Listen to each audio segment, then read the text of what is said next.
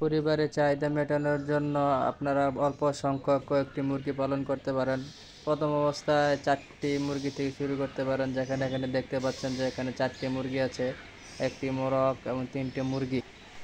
পরিবারের ডিম, মাংস চাহিদা মিটিয়েও বাড়তি আয় করা সক্ষম। আমরা চেষ্টা করলে নানানভাবে আমাদের পরিবারকে চালাতে পারি। আপনার কিছু পতিত জমি থাকলে আপনি অল্প সংখ্যক কয়েকটি পিপি গাছ লাগাতে পারেন। তাও যদি সম্ভব না হয়, ড্রামের ভিতরে আপনি পেঁপে গাছ লাগালেন, কিছুদিনের মধ্যে দেখবেন যে আপনার পেঁপে গাছ থেকে পেঁপে ফলন ধরে। এখানে ভিডিওতে আপনি দেখতেই পাচ্ছেন। তাছাড়াও কিছু পতিত জমি থাকলে বেগুনের চারা আছে, আপনি বেগুনের চারা লাগান। তাও সম্ভব না হলে ড্রামের ভিতরে লাগাতে পারেন। চেষ্টা করছি কিছু আপনাদের নতুন করে কিছু দেখানোর জন্য। ড্রামের মধ্যে কয়েকটা বেগুনের চারা লাগানো হয়েছে, দেখেন বেগুন ধরছে।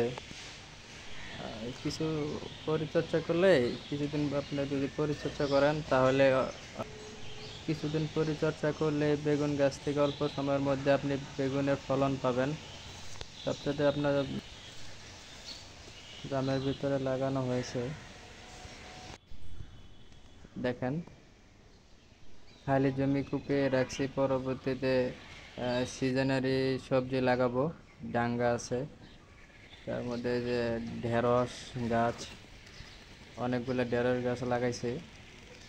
কিছু কিছু ঢেঁড়স গাছে ফলনও ধরছে, সিরিয়াল বাই লাগানো হয়েছে, যে ফলন ধরছে ঢেঁড়সে। গাছগুলো অনেক ছোট ছোট, তো গাছ অনুযায়ী গাছের ফলন বেশি। দেখেন বেশি আপনার জমি লাগে না।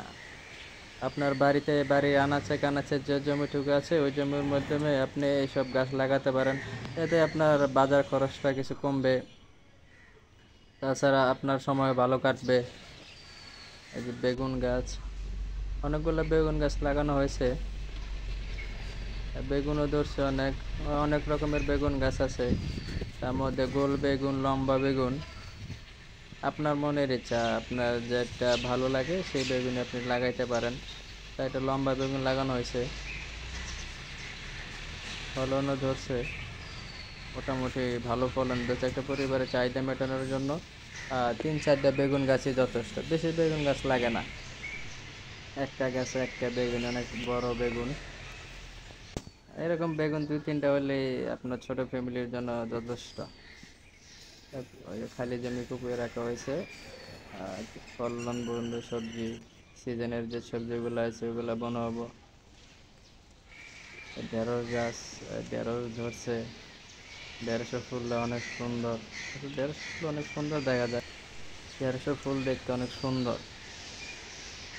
দেখেন আপনি ৩-৪টা ঢেঁড়স গাছ বললে আপনি ঢেঁড়স খেয়ে সারতে পারবেন না।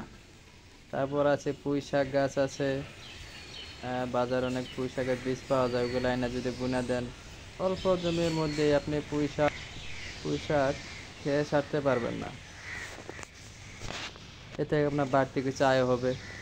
কমলি গাছ আছে, কমলি শাক, কমলি শাক এমনি বুনে দিলে হয়, এটা পানির মধ্যে মরে না, যতই পানি আসুক কমলি শাক মরবে না।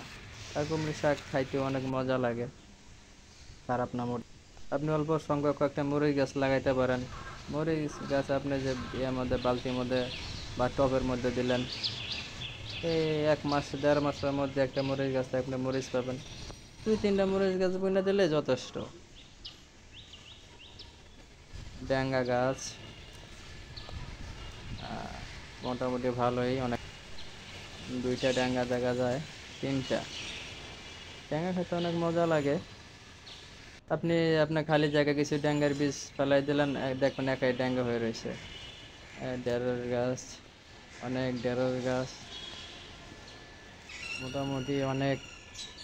আপনার ৩-৪টা ফ্যামিলি অনায়াসে চলে যাবো, এতগুলো ঢেঁড়স গাছ আছে।